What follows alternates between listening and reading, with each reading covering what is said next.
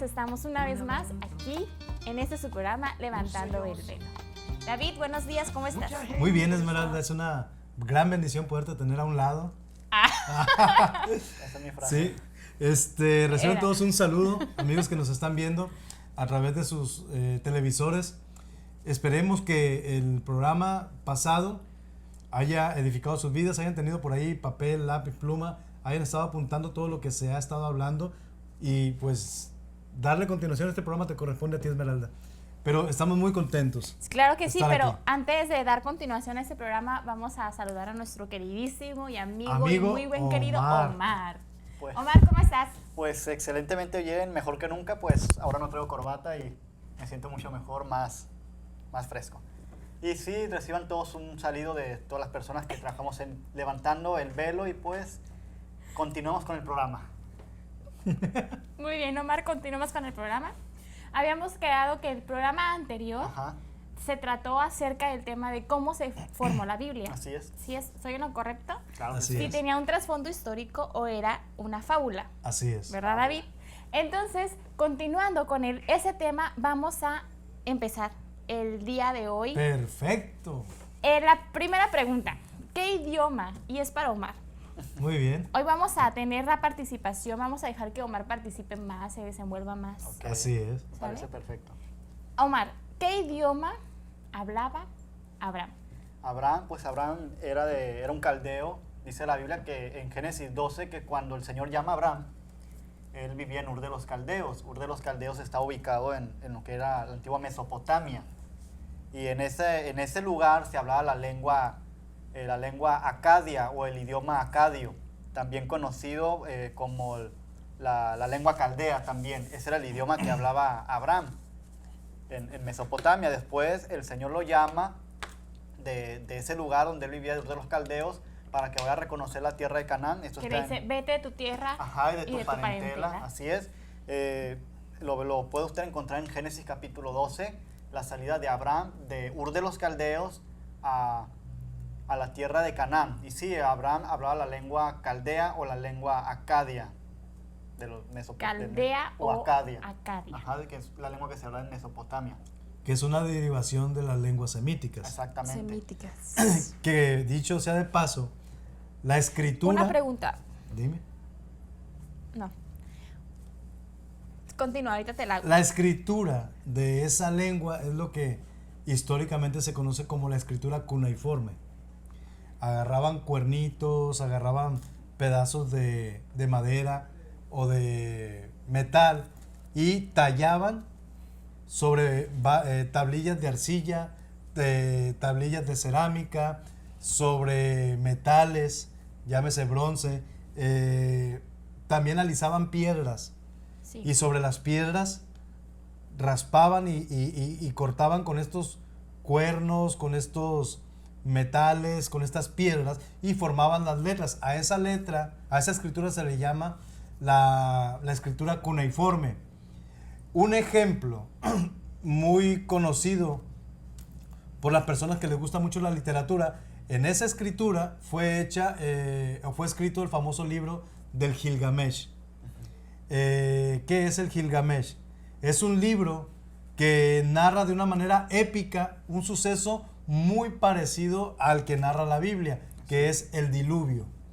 Los acadios sumerios también hablaban de un diluvio, pero lo contaban, hacían un sancocho, un sincretismo de lo que había sucedido históricamente con las religiones que abundaban en ese país o en esa tierra en aquellos entonces.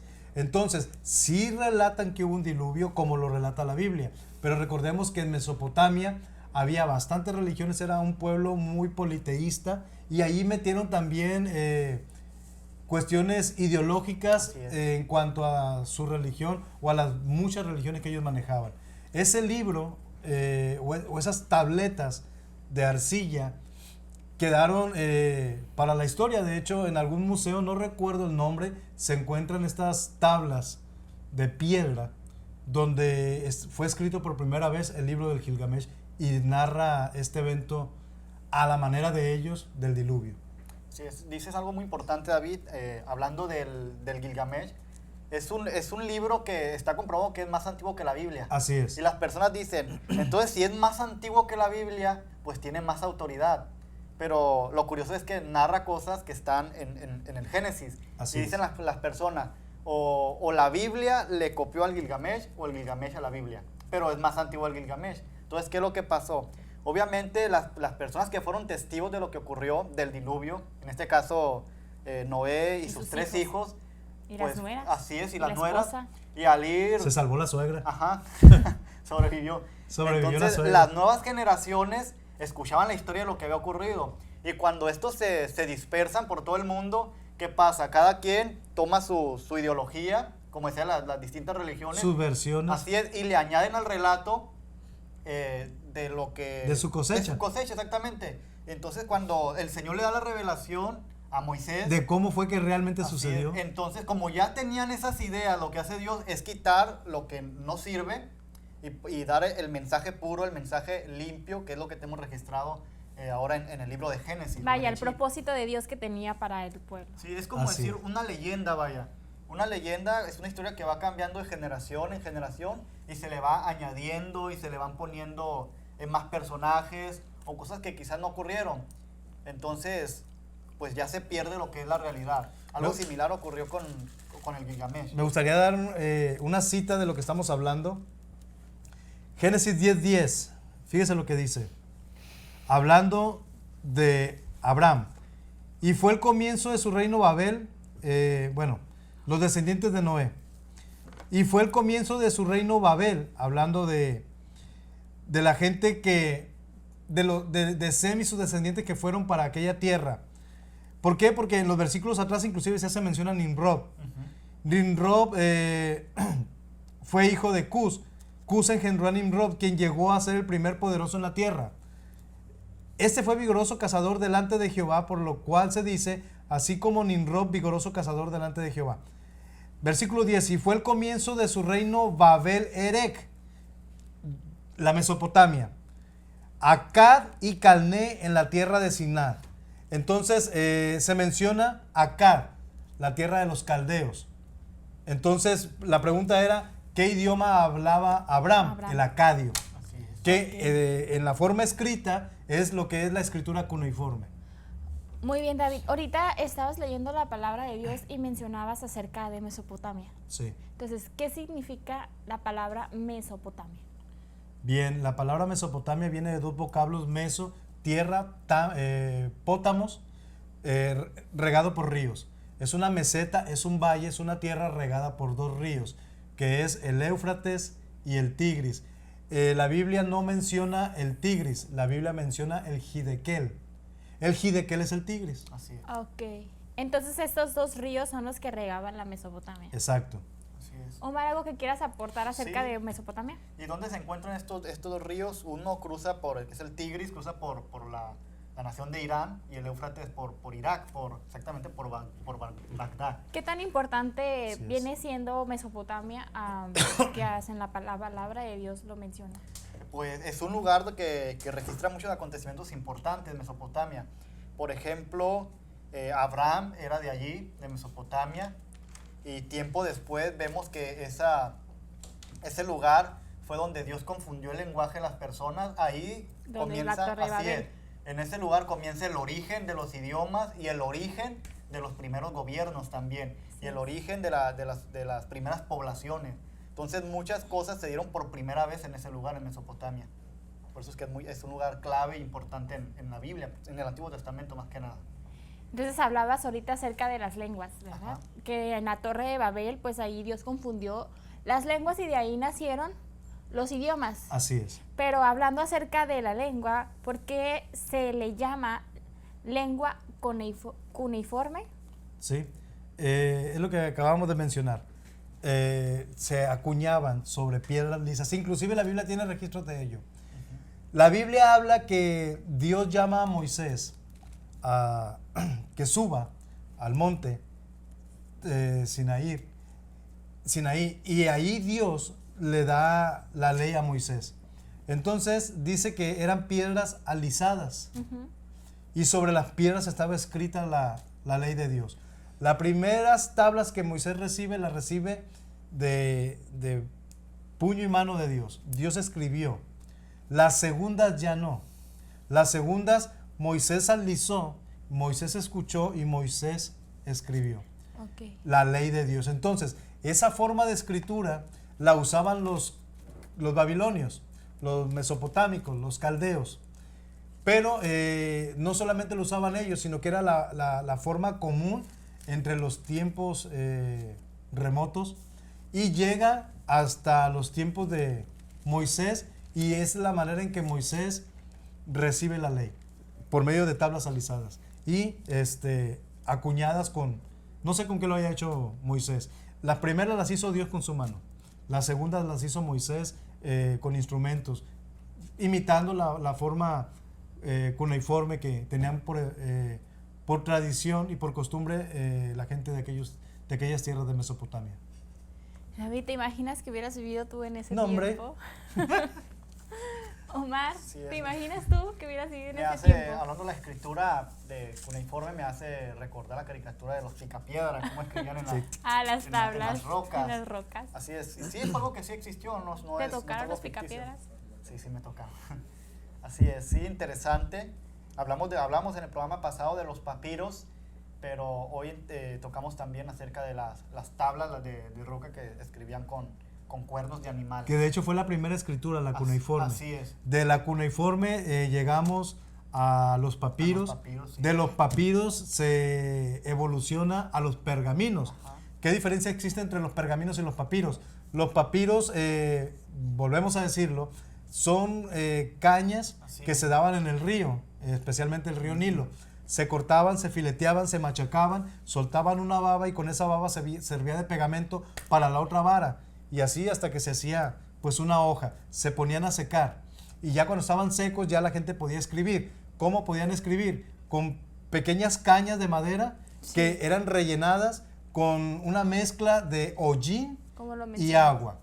Ahora, pasa el tiempo y hay un rey en Pérgamo que admiraba la biblioteca que había en Alejandría de parte de los egipcios. Okay. Entonces, este rey quiso tener una biblioteca igual o mayor que la que estaba en Alejandría. Entonces, él mandó pedir papiro al faraón. Me vas a mandar un corte, ya lo sé. Ya con esas diseñas. Bueno, volvemos, no se mueva, regresamos a este su programa. Palmas Automotriz te ofrece las mejores marcas para que estrenes carro o camioneta: Chrysler, Dodge y Jeep. Visítanos y haz tu prueba de manejo gratis. Te esperamos en Avenida Rafael Buelna, 210, Fraccionamiento Lomas de Mazatlán. Palmas Automotriz. ¿Te urge un cambio de look? Ven con los expertos. Ven a Fashion Salon, donde te atenderán los especialistas en diseño capilar Lupita Montelongo y José Millán. Haz tu cita al 985-3821 o visítanos en Guillermo Nelson, 1807 Centro. Fashion Salon. Para todos los problemas relacionados con las vías urinarias, el doctor Fernando Camacho tiene la solución. Cirugía endoscópica para próstata, cálculos urinarios, disfunción eréctil, incontinencia urinaria en ambos sexos, urología de primer nivel, ética y discreción en un solo lugar. Además, contamos con atención especial para niños. Haz tu cita al 6699-181110. Visítanos en Polimédica, 5º piso. Restaurant Bar La Costa Marinera te espera con una gran variedad de platillos, ambiente familiar, hermosa vista al mar y su inigualable servicio. Abrimos apetito todos los días. Reservaciones al 914-1928. Restaurant Bar La Costa Marinera. Estamos ubicados junto a la orilla del mar, entre hoteles Oceano Palace y Luna Palace. Si sufres de alergias en los ojos, enfermedades del nervio óptico, estrabismo, necesitas de una adaptación de lentes o buscas un oftalmólogo con experiencia en cirugía láser de catarata, la doctora Gloria Osuna te espera. Haz tu cita al 954-0497. Además, contamos con atención especial para niños. Doctora Gloria Osuna. Una buena visión es determinante para el desempeño laboral y escolar. Ve con precisión, ve a Galería Óptica, con más de 1000 armazones a elegir, adaptación de lentes de contacto y graduaciones especiales. Examen de la vista profesional por el optometrista José Luis Machado. Visítanos en Insurgentes 216 Poniente, Fraccionamiento Flamingos. ¿Dios existe? ¿Cómo lo compruebo? pasó? Si te has hecho estas preguntas, no te pierdas Levantando el Velo, lunes, miércoles y viernes en punto de las 10:30 por Azteca 7. Muy bien, estamos de regreso con ustedes en este programa Levantando el Velo. Y precisamente como ya es costumbre, quedamos con David. David, ¿qué nos hablabas acerca de la Biblioteca de Alejandría? Sí, estaba comentando que el rey de Pérgamo ambicionaba tener una biblioteca igual o mejor que la que tenía Faraón en Egipto, especialmente en el puerto de Alejandría. Entonces, él manda a construir un edificio grande y él, pensando que iba a tener la aprobación del Faraón, manda a pedir miles, tal vez millones de papiros. Ajá.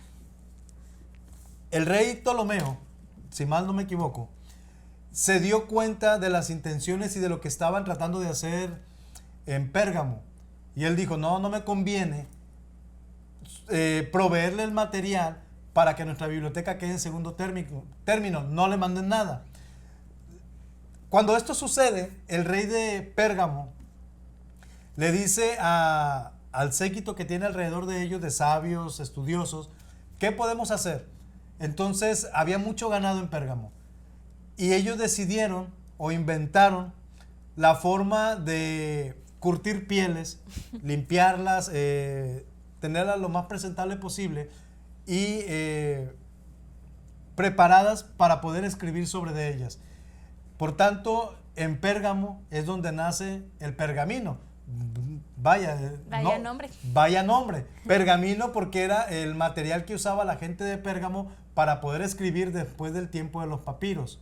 Exactamente. Qué curioso. Fue tanto el auge porque superaba en calidad y en tiempo de vida al papiro. El papiro, póngale que si duraba 3, 4 años cuando mucho, el pergamino duraba 10, 20. Entonces se ocupaba menos trabajo de escribas porque decían, no hay que estar transcribiendo cada año, cada 2 años. Podemos, antes de que se venza el tiempo de vida, podemos descansar unos 9 años y ya al año 10º volver a transcribir. De tal manera que así es como llega al mundo el uso del pergamino, que dicho sea de paso, fue mejor. Y aunque no quería el rey Ptolomeo ser de bendición para la ciudad de Pérgamo junto con su rey, fue de bendición, porque a través de esta negativa ellos inventaron un mejor material para poder escribir. Que al tiempo postrero, pues ya empieza a aparecer lo que son hojas de papel, pero muy rudimentarias, pero ese es tema para otro programa. Muy bien, Omar, ¿algo que quieras aportar acerca de...? Así es. Y hablando del rey Ptolomeo de Alejandría, Ptolomeo IV de Filadelfo, pues ya casi nos aproximamos a un evento muy importante en la historia de la Biblia, que es la traducción del Antiguo Testamento más importante y más antigua que existe, que es la Septuaginta. Así es. La versión que usó Jesús cuando leyó en la sinagoga. Ajá. Este tiempo se ha cumplido. Así es. Que él se reveló como el Mesías, que casi lo quisieron matar a Jesús. Así es, la Septuaginta o versión de los 70 es la versión más antigua del Antiguo Testamento. Fue la traducción del hebreo y arameo al griego. En el periodo del que se conoce como tiempo de silencio o periodo intertestamentario, cuando nace la Biblia Septuaginta. De lo que creo que otro programa deberíamos hablar más detalladamente. Sí, es bien importante esa historia, ese tema. Y demasiado extenso también. Lo que Omar diga. Hay que concederle a Omar ahorita las peticiones de él. Lo que él diga se va a hacer realidad. Así es. Ahí pasa en tu corazón, ¿verdad? Amén. Ahí pasa en mi corazón. Demasiada paz y tranquilidad y amor. Muy bien, David. Hablamos acerca de, ya viene siendo las escrituras, del papiro, de todo esto. Ahora vamos a entrar a otra pregunta.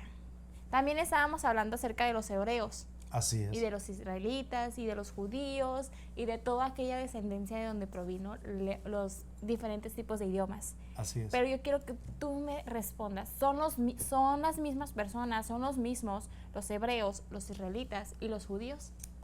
Sí, no. Sí, ¿por qué? Sí, porque vienen de la misma descendencia sanguínea de parte de Abraham. Pero cuando Abraham sale de Ur de los Caldeos Abraham cruza el río con Lot y su familia, y la gente que estaba en la tierra prometida, en la tierra de Canaán, los vieron a ellos como unos invasores. Ahí vienen estos invasores a querer profanar la tierra de nosotros. Entonces fue un apelativo déspota, humillativo, fue un calificativo de humillación, decir, ahí vienen estos hebreos, estos intrusos que cruzaron el río. Con Abraham nace el término hebreos. Abraham, Lot y la Sara, la esposa de Lot, y toda la comarca que cruzó el río junto con Abraham. Después de hacer esto, Abraham engendra a Isaac. Sí. Isaac engendra a Jacob. Okay. Entonces con Jacob sucede algo muy interesante. Hasta Jacob, el apelativo que la gente le daba en aquellas tierras a este grupo de personas, a esta familia, eran los hebreos, de una forma muy despectiva, los intrusos, que vienen a profanar nuestras tierras, ignorando que Dios ya se las había entregado a ellos en promesa. Entonces, Jacob cuenta la historia bíblica que Isaac engendra 2 hijos, Jacob y Esaú. El primero que nace es Esaú. Entonces, dice la escritura que desde el vientre ya peleaban los dos. Eran 2 grandes naciones que ahora, contextualizando todo, son los judíos y los musulmanes. Son las 2 grandes tribus, los 2 grandes pueblos en disputa hasta hoy en día. Entonces, el segundo, el de menor autoridad, le roba la primogenitura, entre que se la roba y se la vende. Porque quien propició todo no fue Jacob, fue Esaú. Esaú llega de la casa con mucha hambre y ve que Jacob estaba cocinando lentejas rojas. De tal manera que él traía mucha hambre y le dice, dame esas lentejas, te pago lo que tú quieras por esas lentejas. ¿Estás seguro? Sí, dame te las vendo por la primogenitura. Y a Esaú tenía en poco ese regalo de parte de Dios. Y dice, pues adelante, para lo que me sirve a mí la primogenitura. Y de alguna manera hubo una transacción, pero sí había más alevosía y ventaja en la mente de Jacob. Entonces, Dios desecha a Esaú y empieza a tratar con Jacob a partir de ese evento. Y empieza a tratar en el carácter de tal manera que se enamora de una pariente allá en Mesopotamia. Su suegro Labán quiere abusar de él, que de hecho lo hizo, lo puso a trabajar 14 años por sus 2 hijas, 7 por cada una. No, y nada más iba a trabajar 7 años por Raquel. Pero le da a Lea. El suegro se la cambió por sí, Lea. Sí, por Lea. Le dice, suegro, no es correcto que primero se case la menor. Entonces, te doy en casamiento a la mayor. Bueno, se la dio. Y en la noche de boda se dio cuenta que no era Raquel, era Lea. Entonces le dice, me engañaste. No, aquí en mi pueblo es esta tradición. Si quieres a Raquel, tienes que trabajar otros 7 años.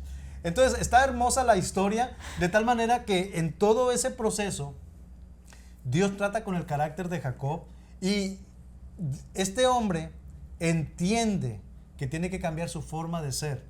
Entonces empieza a vivir una ética, una integridad. Entonces cuando comienza este proceso a darse en Jacob, dice, ya no te llamarás Jacob, hoy te vas a llamar Israel, el que camina con Dios. Ya no eres el usurpador, el ratero, el abusivo, el gandalla. A partir de hoy eres el íntegro, el honesto, el hijo de Dios. Entonces allí nacen los israelitas, o el término israelita. No, pero también se les llama judíos. Sí, porque Jacob engendra 12 hijos. De entre los 12 hijos hay uno que se llama Judá. Allí nacen los judíos, con la descendencia de Judá. Okay. Así es. Omar, ¿algo que quieras aportar? Pues creo que ya quedó contestada esa pregunta. Que pero yo te estoy preguntando, quiero que aportes algo. A lo que acaba de comentar David. Sí, o algo a esa pregunta. ¿Qué te parece? ¿Qué quieres agregar? Agregar. Pues es que creo que no hay nada más que agregar, creo que ya todo está... Me gustaría mucho, estábamos hablando de ríos, de que cruzan el río del Éufrates.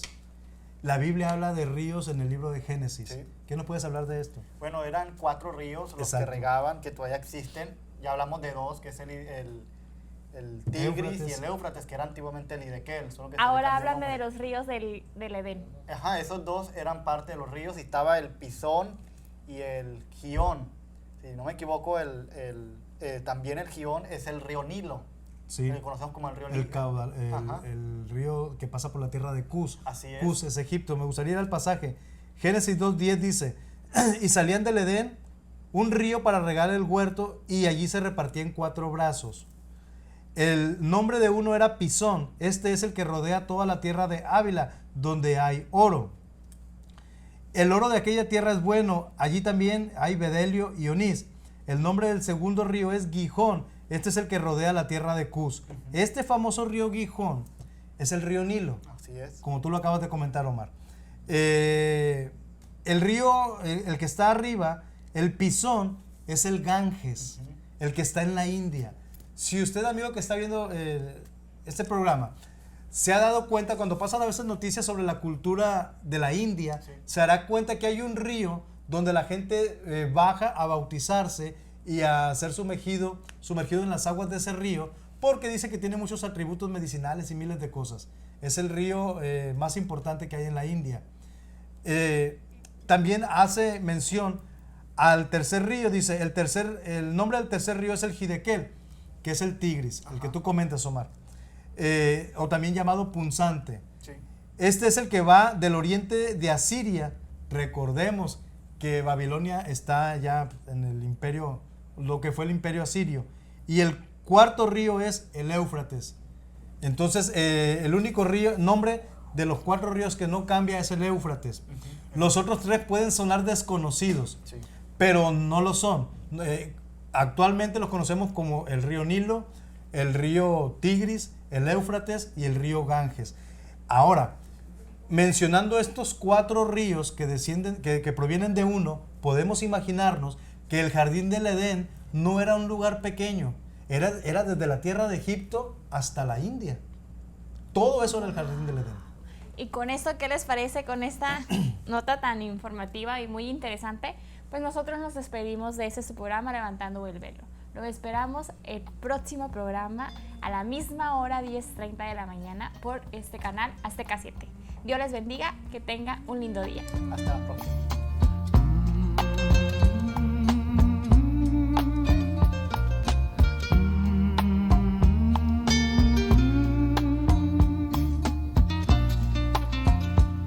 Se oye un grito, un lamento, un sollozo.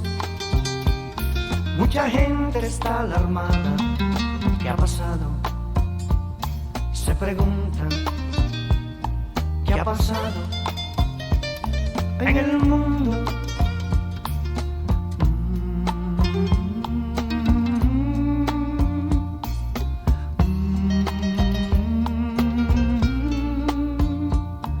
Una joven va gritando, mamá. Un esposo va buscando su familia.